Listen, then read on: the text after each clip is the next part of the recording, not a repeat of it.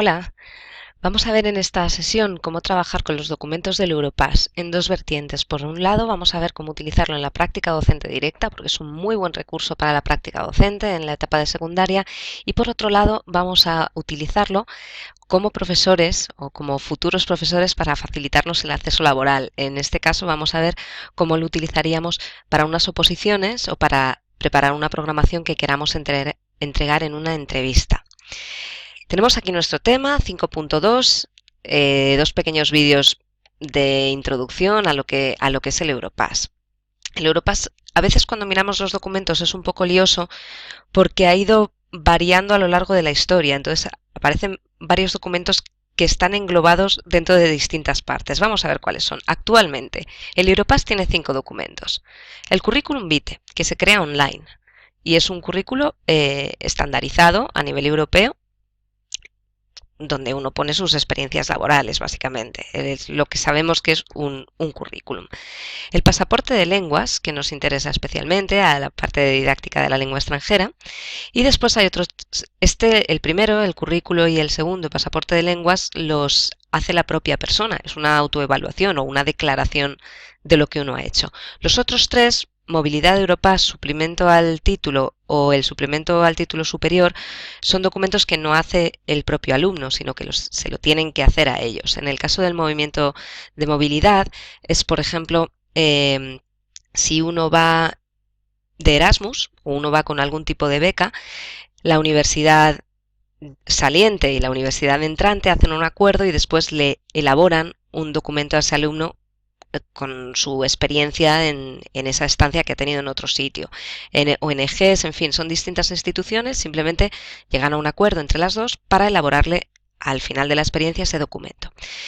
Los otros dos, suplemento al certificado de profesionalidad o al título superior, son suplementos que te da la organización en la que tú estás estudiando. En el primer caso si estudias un FP y en el segundo caso para títulos superiores, para carreras universitarias. Normalmente la gente pues suele tener currículum, pasaporte de lenguas y uno de los dos, o el de FP o el título superior, y el de movilidad, pues en caso de que se haya ido. Por tanto, a nosotros que nos interesa los dos primeros, el currículum y el pasaporte de lengua.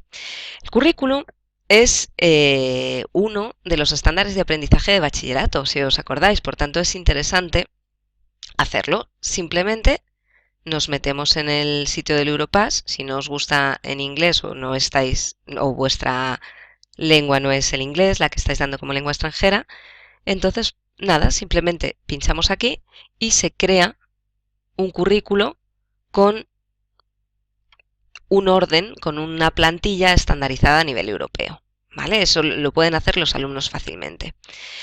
Después tendríamos el pasaporte europeo de competencias, que es junto con el currículo donde metemos todas las demás cosas, incluyendo, por ejemplo, el pasaporte de lenguas. ¿Vale? Hay otra cosa que se llama el portfolio de lenguas, que tiene 3 apartados: pasaporte de lenguas, biografía lingüística y dossier. Y esto nos interesa muchísimo a nosotros. El pasaporte de lenguas quizás sea el más conocido. Es en el que el alumno, basándonos en los descriptores del marco europeo de referencia, dice en qué nivel está. Es como hacerse su propio currículo, autoevaluando su nivel de competencia. Y además de autoevaluando, puede añadir evidencias como los certificados que tiene. También se hace online. Si nosotros pinchamos en el pasaporte de lenguas, os voy a enseñar. Este es el aspecto que queda cuando está terminado. Lo que obtenemos es un PDF en el que sale el nombre de la persona, la lengua materna, los otros idiomas que haya cogido, y dentro de las 5 habilidades, porque aquí se considera que expresión e interacción oral son diferentes, cada uno pone el nivel en el que considera que está, basándonos en la plantilla de los descriptores de los distintos niveles del marco de referencia. Vienen a la hora de completarlos, ¿vale? Además viene un apartado de títulos o certificados en el que la persona describe qué títulos tiene y cuándo los ha obtenido. Y finalmente un apartado de experiencia lingüística e intercultural donde uno puede poner que se ha ido de intercambio, que ha estudiado fuera, etcétera, donde pone la descripción y la duración. Al final del pasaporte de lenguas, por defecto, salvo que uno lo quiera quitar, viene siempre la plantilla para que la persona que lo reciba pueda saber que es B1 o B2 en cada uno de ellos. Esta plantilla no es ningún secreto porque es la versión reducida de los descriptores del marco europeo de referencia. Esto tiene una ventaja, se crea online, pero este PDF que tiene es como un PDF inteligente para la página que lo hace. Es decir, si yo he pasado de interacción oral de un B2 a un C1, no voy a tener que rehacer el Europass entero, el pasaporte entero. Si bien cuando hacemos el pasaporte no nos registramos, no se quedan nuestros datos ahí, lo que hacemos es descargar este PDF y en el momento que lo queremos modificar tenemos una manera de subir el PDF, nos vuelve a poner ya todos los campos y modificamos sobre él. Este es el aspecto que tiene. Vamos a ver desde Blackboard desde dónde se da. Si le damos a Crea tu pasaporte de lenguas online, iremos a pasaporte de lenguas y llegamos a esta página de aquí. Esta está en inglés, vamos a ponerla en español. Y que le damos a crear el pasaporte de lenguas. Entonces, bueno, nos va preguntando apellidos y nombre, cuál es nuestra lengua materna, etcétera. Entonces, bueno, seleccionaríamos de un listado. ¿De acuerdo? Lengua materna, pues cojo la que sea. Después, los otros idiomas que hablamos. Y en el momento que seleccionamos un idioma, aquí nos pondría inglés. Y esta es la parte de autoevaluación. Por ejemplo, si yo quiero poner interacción oral, aparte de aquí debajo del todo tenemos la tabla de autoevaluación que podemos consultar en cualquier momento. También cuando vamos a rellenar los apartados nos lo dice. Por ejemplo, si yo voy a rellenar interacción oral, al pinchar en el desplegable me vuelve a salir la rejilla con descriptores y entonces seleccionaré, en mi caso, que me expreso con fluidez y espontaneidad, ¿vale? Bueno, cuando seleccionamos todo esto también veis aquí la parte de títulos o certificados que le daremos a completar y experiencia lingüística intercultural y luego podemos añadir otros campos si queremos.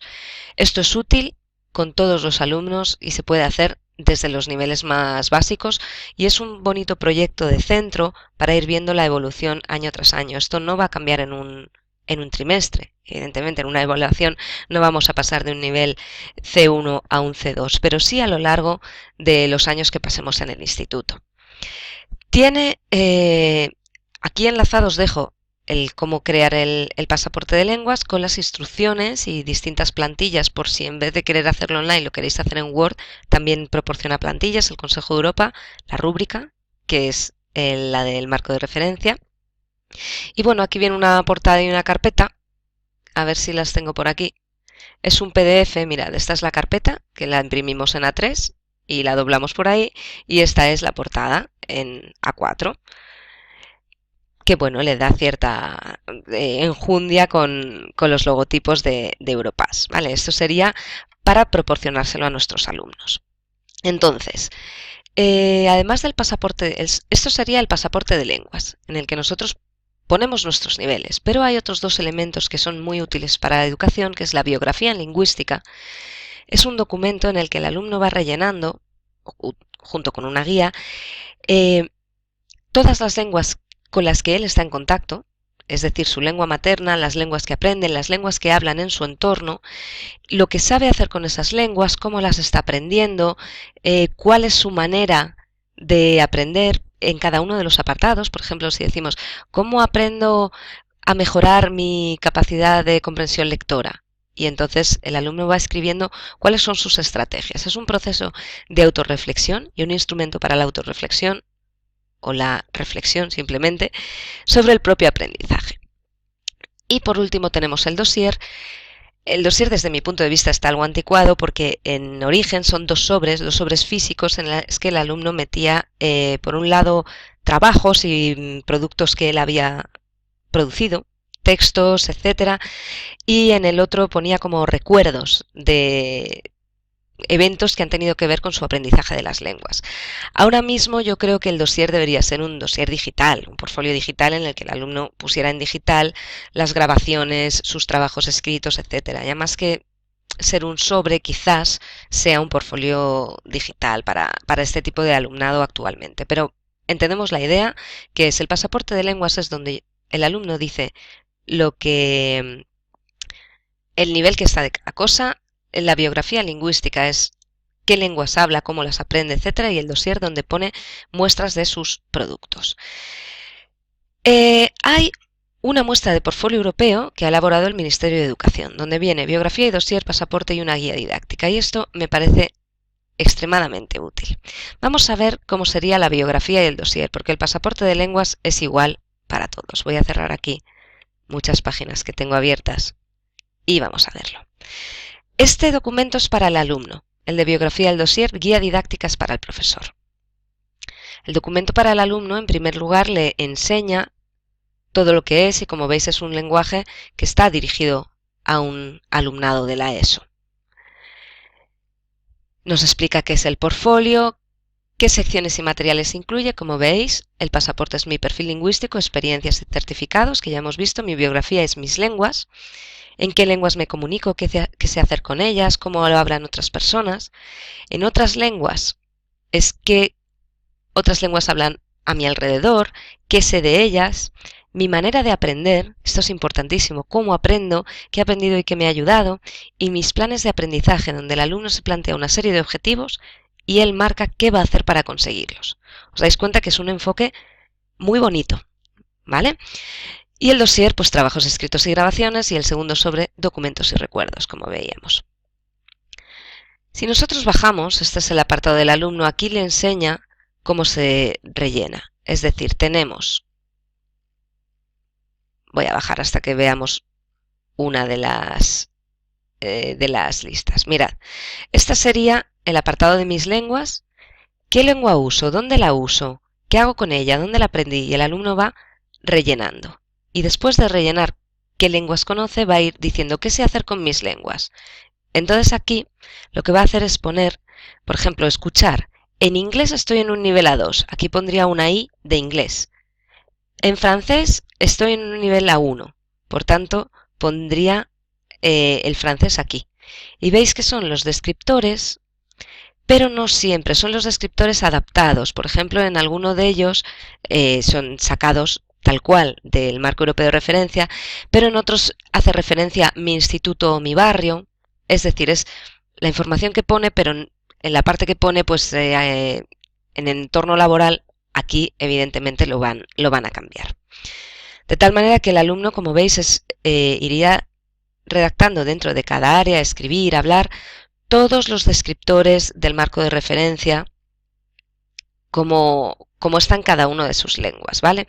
De tal manera que el alumno puede ir progresando. Primero en inglés estará aquí, pero después, en otro momento que lo hagamos, habrá subido y estará aquí, ¿vale? Ponemos aquí una fecha y el nivel en el que se encuentra en cada una de sus lenguas. Si seguimos bajando, encontramos las lenguas ambientales. ¿Qué sé hacer con las lenguas que aprendo? ¿Qué sé hacer con las lenguas que veo a mi alrededor? Esto nos permite reflexionar sobre la diversidad, sobre temas transversales muchísimo, ¿vale? Voy a seguir bajando. Encontramos, veis, otras lenguas. ¿Quién la habla? ¿Dónde la oigo? ¿Qué sé de ella? En la guía didáctica nos propone, por ejemplo, que alumnos que tengan otras lenguas maternas, otras lenguas ambientales, se cree un periodo de reflexión y de debate en clase, que es muy interesante dentro de esta etapa educativa.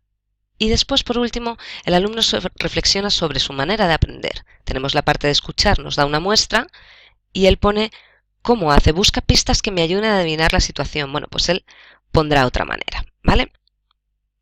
Ejemplos de qué he aprendido y cómo lo aprendí, qué hablo para aprender fuera de clase y, por último, sus planes de aprendizaje. Quiero aprender a ver películas en inglés. ¿Cómo puedo aprenderlo?